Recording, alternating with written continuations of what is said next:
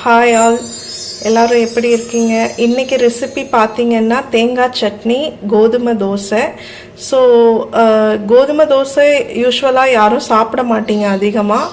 தேங்காய் சட்னி எப்பவும் பண்ணுறது தானே அப்படின்னு யோசிக்கிறீங்களா? பட் இல்லை, இது கொஞ்சம் ரெசிபி டிஃப்ரெண்ட்டாக இருக்கும். நீங்கள் ட்ரை பண்ணி பாருங்கள், ரொம்ப டேஸ்டியாக இருக்கும்.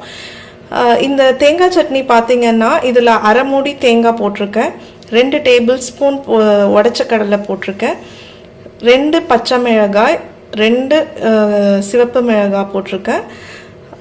இதில் தேங்காய் நிறைய பேருக்கு டைஜஸ்ட் ஆகாது அப்படின்னு சொல்லிட்டு தேங்காய் சட்னி அவாய்ட் பண்ணிடுவாங்க சாப்பிடாம. பட் தேங்காய் சட்னி அதிகமாக சாப்பிட்றது it is very good for your skin ரொம்ப பளபளப்பாக இருக்கும், ஸ்கின் ப்ராப்ளம் எதுவுமே வராது. அதனால் அதிகமாக தேங்காய் பால், தேங்காய் சட்னி இதை நீங்கள் அதிகமாக சாப்பிட்டீங்கன்னா ஸ்கின்னோட என்ன சொல்கிறது, லைஃப் ரொம்ப அதிகமாக இருக்கும். ஸ்கின் சீக்கிரமாக ஏஜ் ஆனால் கூட அந்த சுருக்கம், அந்த டல்னஸ் எதுவுமே வராது. இதில் சீரகம் நான் ஒரு 1/4 ஸ்பூன் போட்டிருக்கேன். எதுக்குன்னா அந்த தேங்காய் டைஜஸ்ட் ஆகாமல் எந்த டிஸ்டர்பன்ஸும் கொடுக்காது. ஸோ அதுக்காக போட்டிருக்கேன். இதில் இஞ்சி ஒரு சின்ன துண்டு போட்டுக்கலாம். இப்போ காரம் நிறைய சாப்பிடுவீங்க அப்படின்னா அதிகமாக போட்டுக்கலாம், டேஸ்ட் நல்லா தான் இருக்கும். காரம் மீடியமாக சாப்பிடுவோம் அப்படின்னா ஒரு சின்ன நெல்லிக்காய் சைஸில் இஞ்சி போட்டுக்கோங்க, 1/4 ஸ்பூன் சீரகம் போட்டுக்கோங்க. இது ரெண்டுமே பார்த்திங்கன்னா அந்த தேங்காய் டைஜஷன் ப்ராப்ளம் எதுவுமே வராமல் பார்த்துக்கும். Taste wise it will be very tasty, try it. So இதெல்லாம் போட்டு கல் உப்பு தான் யூஸ் பண்ணுவோம் அதிகமாக எங்கள் வீட்டில். ஸோ நீங்களுமே அதிகமாக கல் உப்பு யூஸ் பண்ணுங்கள், அதுதான் உடம்புக்கு ரொம்ப நல்லது. ப்ரெஷர் இஷ்யூஸ் எல்லாம் எதுவும் வராது அதிகமாக. ஸோ இது எல்லாமே போட்டாச்சு. இப்போ இதை கிரைண்ட் பண்ண போகிறோம். இதை ஃபஸ்ட்டு பிளெண்ட் பண்ணிவிட்டு, அதாவது ஃபுல்லாக வாட்டர் யூஸ் பண்ணாதீங்க. ஃபஸ்ட்டு எடுத்தோன்னே சட்னியோட அந்த ஸ்மாஷ் பண்ணுற அந்த விதம் நல்லா இருக்காது. ஸோ டேஸ்ட்டு கூட மாறும். அதனால நீங்கள் ஃபஸ்ட்டு இதை ட்ரையாக கிரைண்ட் பண்ணிவிட்டு அதுக்கப்புறமா கொஞ்சம் கொஞ்சமாக தண்ணி ஆட் பண்ணி கிரைண்ட் பண்ணுங்கள். தேங்காய் சட்னி எப்போவுமே கொஞ்சமாக தண்ணி ஊற்றி திக்காக போட்டு எடுத்துக்கோங்க.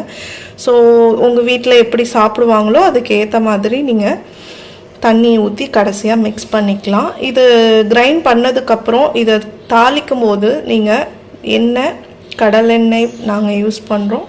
ஸோ எண்ணெய், கடுகு, உளுத்தம்பருப்பு இதெல்லாம் போட்டுக்கோங்க. கருவேப்பிலை கொஞ்சம் கூடவாக போட்டு எண்ணெயில் நல்லா வதக்கிடுங்க.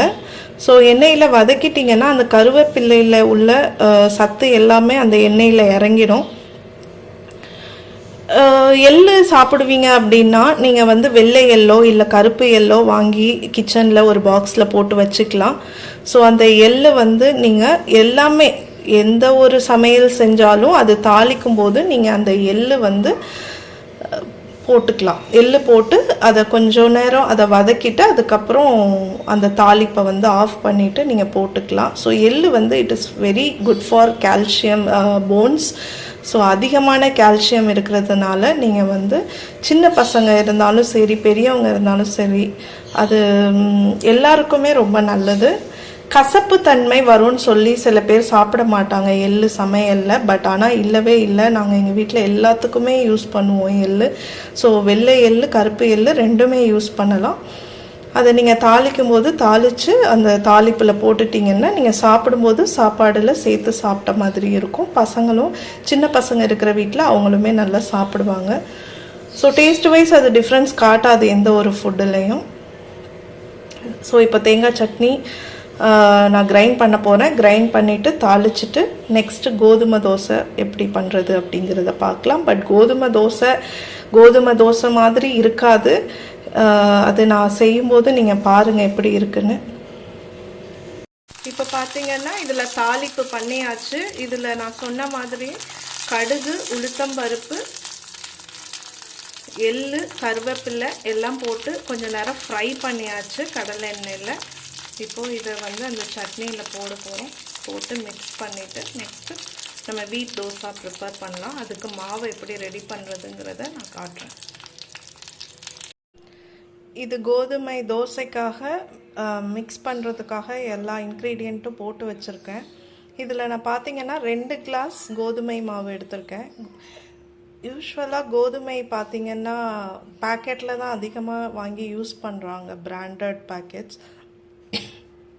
அந்த மாதிரி வாங்கி யூஸ் பண்ணாமல் பெட்டர் நீங்கள் வந்து முழு கோதுமை விற்கும், சூப்பர் மார்க்கெட்லேயும் கிடைக்கும், நார்மல் ஸ்டோர்ஸ்லேயும் கிடைக்கும், பக்கத்தில் கடையில் கூட கிடைக்கும். நீங்கள் அதை வாங்கி நல்லா ட்ரை பண்ணி காய வச்சு அதுக்கப்புறம் அதை அரைச்சி நீங்கள் வச்சுக்கோங்க. அது ரொம்ப நல்லது உடம்புக்கு. ஏன்னா பேக்கடு ஐட்டம்ஸ் வந்து அது எப்படி அவங்க ரெடி பண்ணி வருங்கிறது நமக்கு தெரியாது, நம்ம கண்ணால் பார்க்கலை. இதில் 2 டம்ளர் 2 கிளாஸ் ஆஃப் வீட் போட்டிருக்கேன். அதில் வந்து ஒரு பெரிய வெங்காயம் பொடிசாக கட் பண்ணி போட்டிருக்கேன். சால்ட்டு பார்த்திங்கன்னா ஒரு 1/2 ஸ்பூன் போட்டுக்கோங்க. அது தண்ணிலாம் ஊற்றி மிக்ஸ் பண்ணதுக்கப்புறம் ஒரு வாட்டி டேஸ்ட்டு பார்த்துட்டு நீங்கள் தேவைப்பட்டால் போட்டுக்கலாம். அதில் சீரகத்தூள், மிளகுத்தூள், சீரகத்தூள் 1/4 ஸ்பூன், மஞ்சள் தூள் 1/4 ஸ்பூன், மிளகுத்தூள் ஒரு பிஞ்ச். மிளகுத்தூள் காரம் வேணும்னா கூட போட்டுக்கோங்க.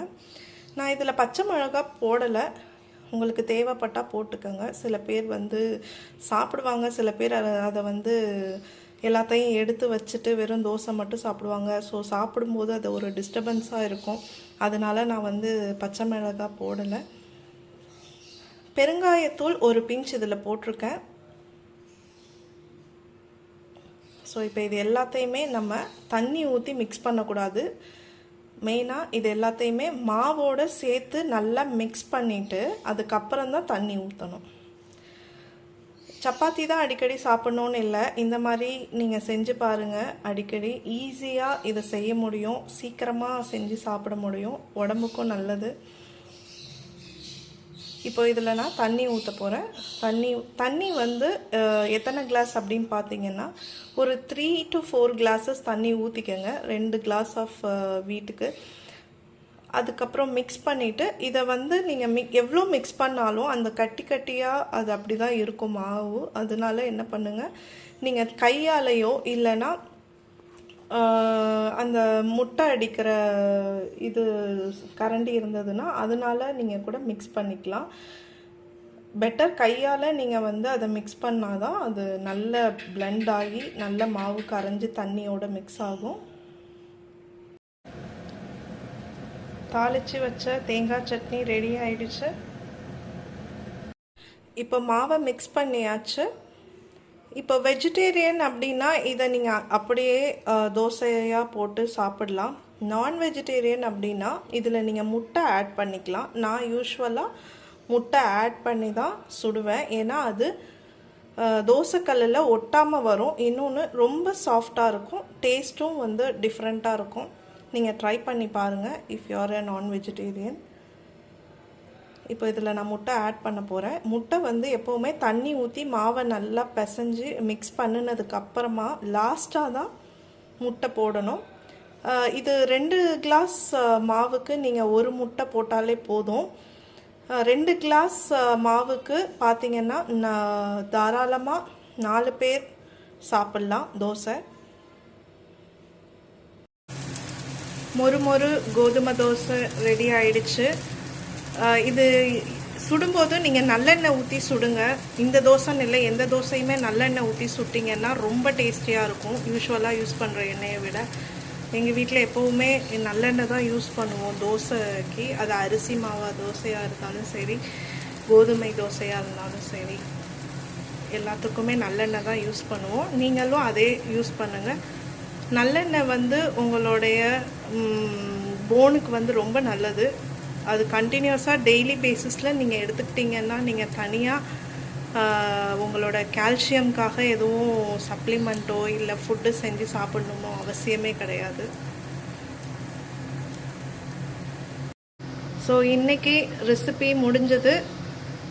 கண்டிப்பாக நம்ம நாளைக்கு பார்க்கலாம். நெக்ஸ்ட் வீடியோ போட்டுட்டு நான் வந்து சொல்கிறேன்.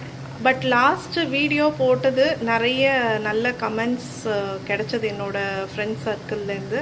கமெண்ட் செக்ஷன் ஆஃபில் வச்சுருந்தேன், பட் இப்போ வந்து நான் கமெண்ட் செக்ஷன் ஆன் பண்ணுறேன். உங்களுக்கு எதுவும் கமெண்ட் இருந்ததுன்னா கண்டிப்பாக போடுங்க. உங்களுக்கு ஏதாவது ரெசிபி தேவைப்பட்டுச்சுனாலும் நீங்கள் சொல்லுங்கள். நான் அதை வந்து கண்டிப்பாக டிஸ்கிரிப்ஷனில் போட்டுட்டு நான் உங்களுக்கு வீடியோவாக அனுப்புகிறேன். தேங்க்யூ. பாய் பாய்.